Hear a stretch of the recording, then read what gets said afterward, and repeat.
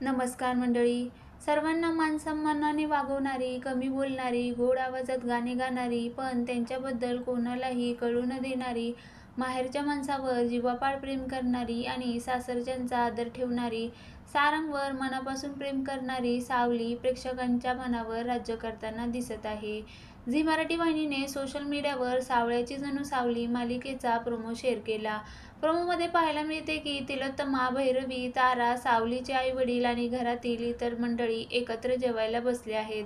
सावली सगळ्यांना जेवण वाढत आहे, मात्र सावलीच्या आई-वडिलांना जेवायला बसलेले पाहून भैरवीचा संताप होतो. ती मोठ्याने म्हणते, "ए उठ, माझ्याबरोबर बसून जेवायची तुझी लायकी आहे का? आजवर मी फेकलेल्या तुकड्यावर तुम्ही पोचलात." भैरवीचे ते बोलणे ऐकून सावलीचे आई-वडील उठतात. तिच्या बोलण्याचे त्यांना वाईट वाटते. तितक्यात तिथे उभी असलेली सावली रागाने म्हणते, "माई, तुमच्या अशा वागण्यामुळे जर मी माझा शब्द मोडला ना, तर कोणाची लायकी कमी होईल हे तुम्हाला चांगलंच माहीत आहे."